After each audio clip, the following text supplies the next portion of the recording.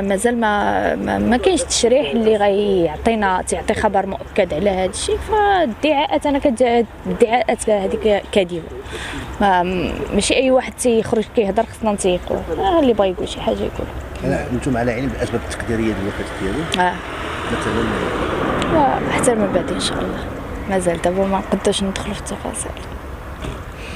لان انا بغيت نقول لكم هذا المنبر ماشي ضروري التشريح، لان هذه المعطيات كافيه اللي عطات القضيه التحقيق، تفريق الهواتف في النقاله اللي والتمركزات ديالها، كيستدعي واحد باش يجمع هادو مع هادو، والمواجهات كلشي غتعرف، حتى واحد ما غيبعد، لان هذا هو الدور ديال قضيه التحقيق. لان من بعد الخبره العلميه الله كتبدا دور خدمه، الله يحسن عوانهم والله يعاونهم على هذا الشيء. هذه راه مهمه صعيبه اللي عندهم هما دابا، خصوصا بالنسبه للملف ديال نور الدين الاطراس.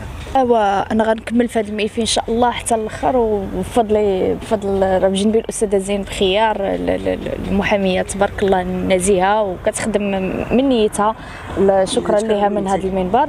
وبالنسبه للناس اللي كيقول لك وقتاش غادي نشوفوا الاعتقالات، غنشوفوا الاعتقالات. فقضيه التحقيق في هذه المرحله راه غادي يركز ان شاء الله على تناقضات المحيط والتعمق، غيدير تعمق في البحث وغيشوف التناقضات اللي كاينه ما بين الاطراف، وان شاء الله من بعد عاد غنشوفوا الاعتقالات. ما يمكنش غير يكونوا الاعتقالات. مازال التحقيق مستمر ومطول؟ باقي التحقيق مستمر، باقي الملف عند السيد قاضي التحقيق وباقي العمل عليه، واللي كيأمر بالاعتقال فهو السيد الوكيل ماشي قاضي التحقيق. غير باش الناس تعرف، حيت كاين اللي ما كيعرفش كيقول وقتاش غنشوفوا الاعتقالات، الملف تحفظ. ها حنا يا كبر دليل حنا خارجين باب المحكمه، شنو الملف تحفظ. الهدف من هذه الخرجات تنوير الراي العام. نتوما اللي سمعتوا كسلطه رابعه، نتوما اللي سمعتوا صوتي النهار الاول، انا خارجه غير على قبل باش نبين الحقيقه ديال الوفاه الاب ديالي، ولولا نتوما راه ما كان الصوت ديالي انا غادي يتسمع، ولا غتعرفني استاذه زينب خيار تعرف المشكل ديالي ولا. المؤازره المحاميه زينب واش صحيتي نفسيا؟ لا بزاف، واقفه معايا استاذه زينب والسي عبد الصمد واقفين معايا، والحمد لله اي حاجه كنديروها مجموعين وتنتشاوروا وعاد كنحطوها. ما يمكنش نتخلاو على اي واحد من الحمد لله انا مرتاحه، حيت الاستاذه بجنبي مرتاحه على الملف ديالي وثقتي فيها كبيره. وشوف كيف ما في الاول بداو معايا انا بتحديد السرعه ودازوا الاستاذه زينب، والصراحه راه حشومه هذا الشيء وعيب وعار. حنا خارجين كنقلبوا غير على واحد الحقيقه، راه يعني ما خصناش نتلقاو هذا الهجوم. اللي ما عندوش لينا دعم غادي يقدموا ويساعدنا باش القضيه تحل، ما كاين لا شي يهاجمنا، يعطينا غير ثقه. وحنا اتخذنا الاجراءات القانونيه في حق اي واحد طاول علينا، والقانون بيناتنا. كانوا تهديدات؟ هي شبه تهديدات، راه شبه تهديدات اللي جينا نقولوا نوصفهم لك.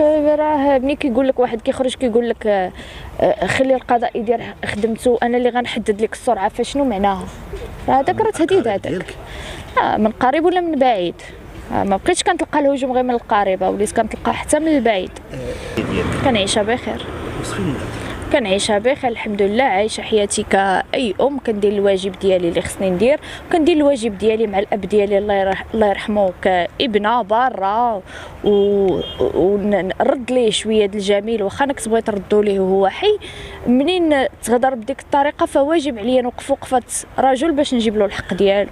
ولو ان الخصم كيسكن في جنب البيت ديالك؟ ولو الخصم يكون شكون ما بغى يكون، حتى شي حد ما كبير، الكبير هو الله سبحانه وتعالى. شكون السند ديالك؟ السند ديالي الله سبحانه وتعالى اولا، والاستاذه زينب خيار وخويا عبد الصمد والعائله واقفين معايا، وشكرا. وانتوما اللي كتسمعونا في هذا الشمس ومكرفسين حتى نتوما معنا باش تسمعوا الصوت ديالنا وتعطيو الجديد للراي العام. والراي العام اللي كيدعمني معنويا بزاف وكيسولوا فيا، والناس ما كيعرفوني ما حتى شي حاجه ودخلوني لديورهم وبغاوني، والحمد لله. راه ربي ملي كيبغيك كيحبب الخلق ديالو فيك، والحمد لله هذه مرضات الوالدين. ما نكذبش عليك، ما كنخلي اللي بغى يهضر يهضر. المهم هو النتيجه في الاخر. انا عندي هدف في الاخر خاصني نوصل ليه، ما كيهمش. ما اثرتش في الحياه الزوجيه؟ لا ما اثرتش عليا حتى شي حاجه، ما اثرت عليا.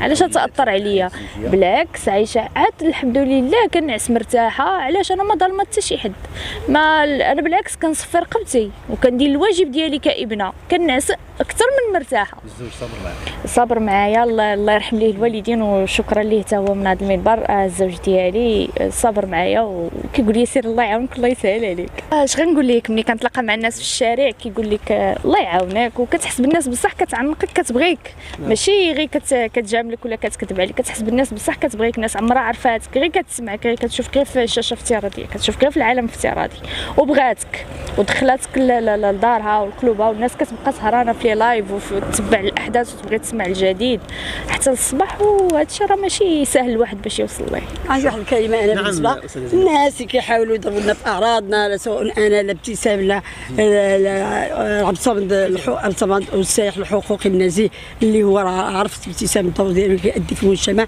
راه ما كيبقى لاصق، هو ما كيتزاكرش. خاصو يعرفونا باننا حنا كنشكروا دوك الناس اللي كيهاجمونا، كنشكروا دوك الناس اللي كيضربونا في اعراضنا، كنشكروا دوك الناس اللي كيضربونا في المصداقيه ديالنا. يعني الحمد لله هما تيشهرونا، كيعطونا واحد الشهره كبيره.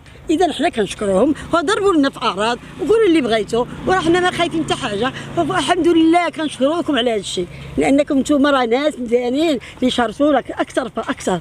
الحمد لله. انا متيقنه بان شوف راه حتى واحد ما بقى القانون، وقسما لا زمن يفلت شي واحد، اي واحد لا نحلف ونتحدى والله ما بان شي واحد، والله ما نوقف على الميت نهائيا. غيكون من المقربين كيف ما كنوعو، ماشي المقربين، كيف ما كنوعو، كيف ما كان الصفه ديالو، كيف ما كان الروح عزيزه عند الله. حتى دوك اللي كيستروا اكيد حتى هما اللي كيحاولوا يضربوا الناس، حتى هما تكون عصابه اجراميه.